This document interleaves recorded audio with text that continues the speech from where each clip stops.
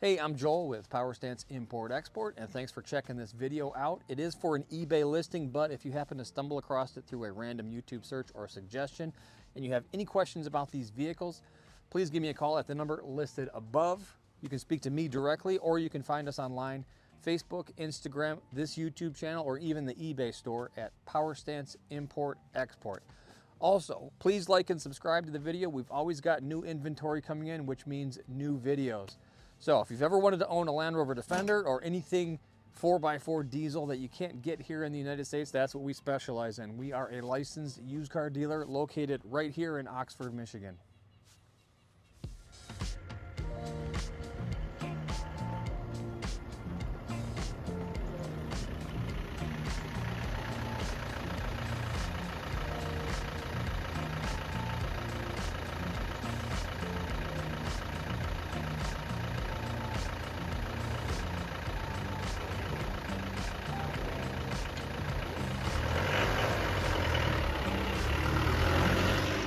Okay folks, up for sale today, I've got a beautiful 1996 Land Rover Defender 90 with the 300 TDI turbo diesel. Now this is a UK import, so it is right-hand drive, and it comes with the 5-speed manual gearbox. It has been legally imported. It's now located here in Michigan and comes with a clean, clear Michigan title. So let me walk you around the vehicle. I'll show you the inside, outside, underside, and we'll go for a test ride. Now, this is going to be one of my budget-friendly 90s, probably the cheapest 300 TDI that I have, and it's in pretty decent shape actually. And the main things I've said in other videos you want to look at when you're finding a Defender, notoriously rusty areas like the bulkhead, the chassis, the footwells, and the doors are all in pretty decent shape. And let me run those over real quick. There's your bulkhead corners, they're all in great shape. The front outriggers are great as well. There's an aftermarket. This is the first one I've seen actually. This is a plastic wheel liner, and it actually covers up and prevents mud from getting stuck on the front outrigger, which is pretty cool. So I haven't seen one of those before. That's awesome. And then the doors. Okay, normally on a bad door you're going to see corrosion up here and on the bottoms. Only very slight minor corrosion on the bottoms of the door skins. And then the frames are actually pretty decent. There's actually a Land Rover sticker on here, so this is not an aftermarket door. This is a Land Rover door. Tiny bit of rust here. This does not need welding, in my opinion. You could scrape this and paint it and it will be good to go. Door card's in great shape as well. And the chassis, we do have a new rear cross member, so that's new. But the rest of the chassis is in really good shape, and we'll get underneath the vehicle later on in the video. But all of those items that I listed, doors, bulkhead, footwells, chassis, all in great shape, and a really good running unit. So this is Bonatti gray. All right, this is the original color as far as I know, and it has been repainted professionally. I would say probably 5, 6, 7 years ago, because it does have various scratches from tree branches and car washes and stuff like that. And there's some swirl marks in the paint, but it's actually pretty decent, pretty glossy, a little bit of metallic flake in there. So the paint job is pretty decent. There are no significant dents. There is one little dent here in the door, but other than that, the corners aren't crushed in or anything like that. The wings don't have any front dents like you would see normally on an abused vehicle. So paint, pretty decent shape. I'd say the paint is a 7.5 out of 10. We do have some clear coat peeling on the roof there, but other than that, paint job's pretty decent. So aftermarket set of rear sliding windows. There's supposed to be a rubber trim piece in here to cover up those rivets. It's only a couple bucks, and that can be installed within a few minutes, but I don't have one of those. So it does have the Alpine windows, which means this is a county edition. And in the back here, there's your new rear cross member with hitch and steps as well. And those steps really do come in handy when you're getting in and out of the vehicle, but not when off-roading. So Depends on what you want to do with this vehicle. If you want to off-road it, you probably want to take that off. But if you're just going to be using it a little bit off-road, a little bit on-road, those are great. Now we do have a Puma style Defender seats in the rear as well, forward-facing seats, and these are pretty cool. They actually fold down and they fold up sideways as well, to give you more cargo space in the rear. Headliner is in great shape. And we do have the bulkhead delete kit here, which is a nice aftermarket addition. Gives you a little bit more room up front and the ability to lean the seats back and give you more room in the back as well. And just a clean aftermarket carpet set back here. This is not a Land Rover carpet, just aftermarket, like Home Depot style carpet. The rear door as well, pretty decent shape. Not really that rusty on the bottoms at all. Rear door card does have some blemishes in it, some rips and tears from everyday use. And it does have the rear defrost as well, and a rear wiper. The cappings are in great shape. Tiny little bit of corrosion here around the cappings, but these are not rusty at all. Those are in good shape. Wheel arches are painted to match the body in Bonatti gray. And we do have a full-length roof rack, which is nice. And nice set of BFG all-terrains on Defender 5-spoke alloys. These are Land Rover wheels. And again, let's take a look at the rear crossmember while we're here. Really good shape, that's new. And the rest of the chassis is in great shape. Nice set of aftermarket side steps as well. And passenger door, pretty much the same shape as the driver's door. Tiny little bit of corrosion here on the corner of the outer skins, but the door frames, they just need a little bit of cleaning. They're actually in really good shape. And the footwells, same deal. Nice clean metal there. There's a little bit of soundproofing there. These are factory floor mats, factory carpet here. And I believe these are Land Rover seats as well. These are not factory, but pretty decent shape. Center cubby box. 5-speed manual gearbox, the R380. And this is the LT230 center locking differential with high and low range.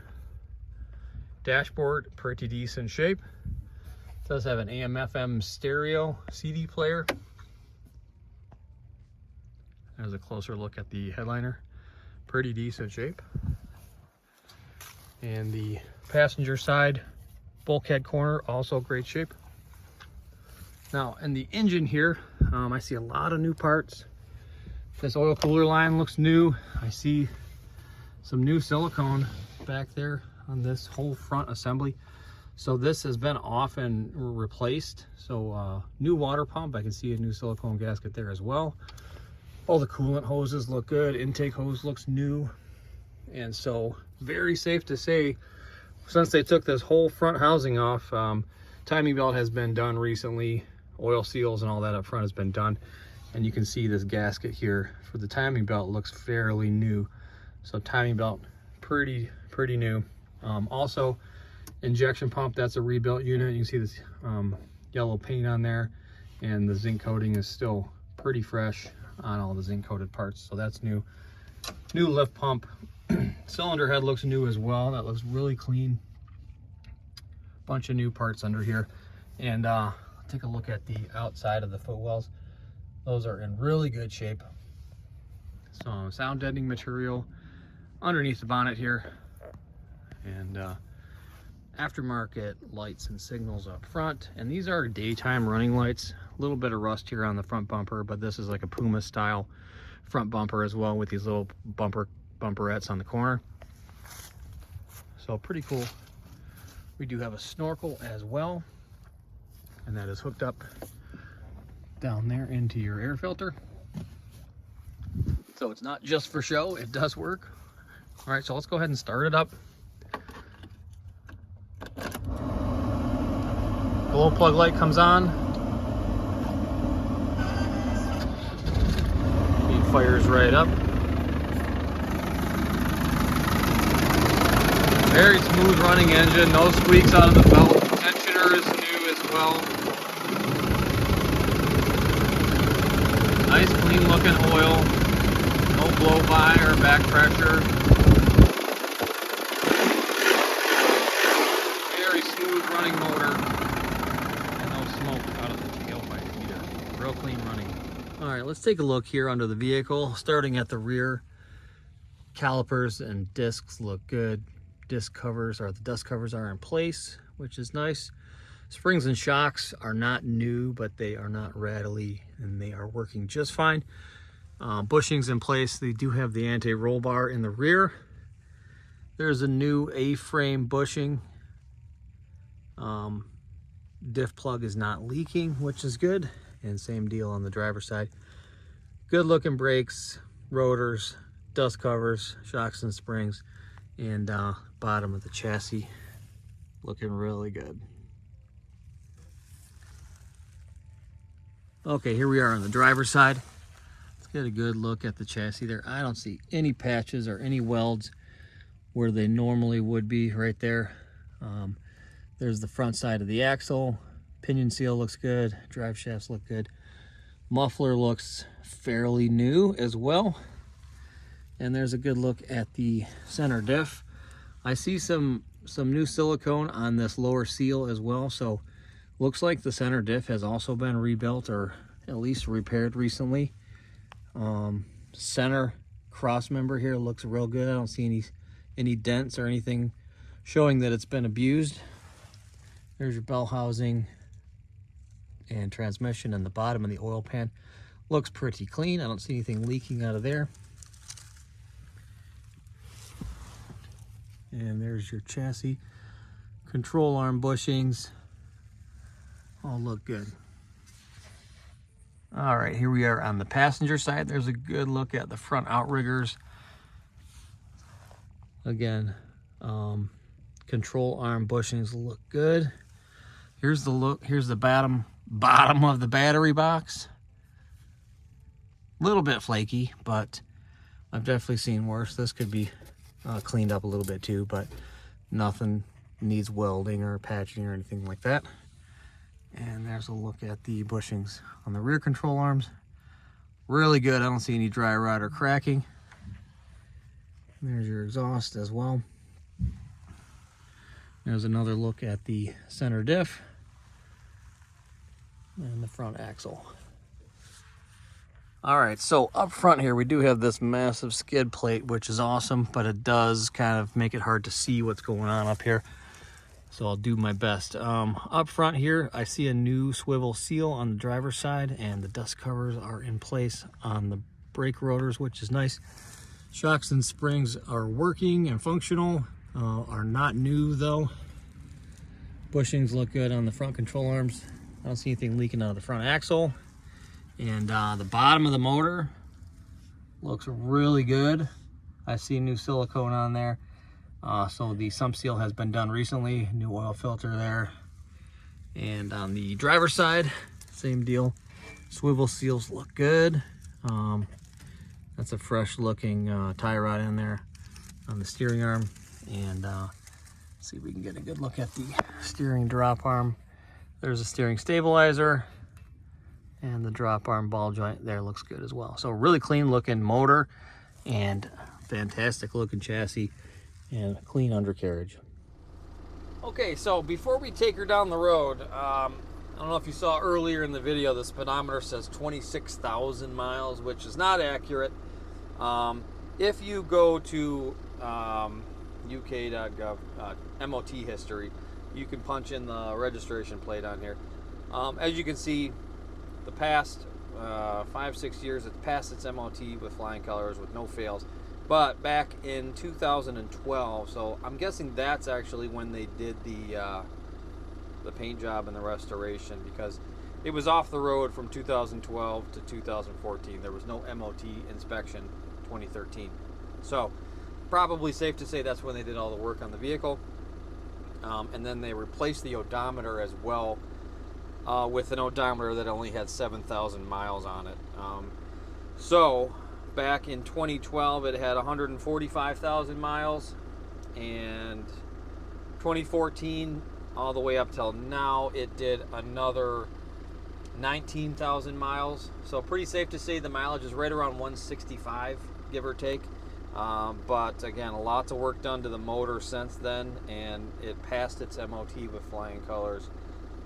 The last 6 years it was on the road, and then it sat from 2021 until now, which is probably why they sold the vehicle, because they weren't using it, which is most likely the case, because we didn't have to do any work to this vehicle other than the rear cross member. Runs and drives fantastic. Gearbox is super tight. So let me drive you down the road here, and I'll show you all the gear changes and acceleration. First gear, second gear, so no clunking at all in the gear changes. And I think there's a shift kit on here because the gear changes are really close together, nice and tight. So the squeaking that you're hearing is coming from the rear seats.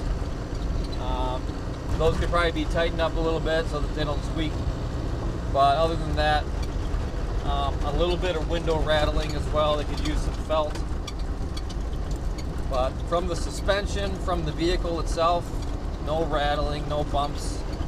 Engine sounds amazing. That soundproof material is actually doing a really good job. It's actually pretty quiet in here, other than the seat bouncing around in the back.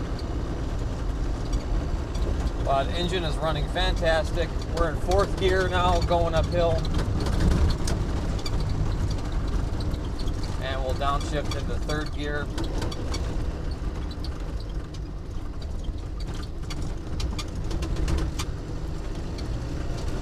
And accelerating. The engine pulls nicely. That's 45, 50 miles an hour in third gear, fourth gear, and fifth gear. Yeah, the gearbox shifts really smooth, and the vehicle's sticking to the road nicely. And we'll get on the brakes here. No vibration, no pulling to the right or left, no squeaking in the brakes. Everything feels nice and solid. And we'll flip it into reverse here.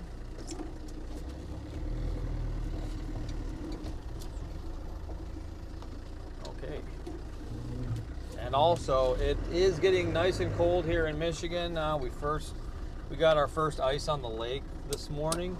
So nice and cold out, and as you can hear, the heat is blowing nice and strong, and it is warm as well. Temperature is right in the middle, holding. Fuel gauge is working. Now let's go through the gears one more time. No grinding at all. No clunking at all. The driveline is super solid. And that's fourth gear and fifth gear. Yeah, other than that real squeaky seat, super solid vehicle.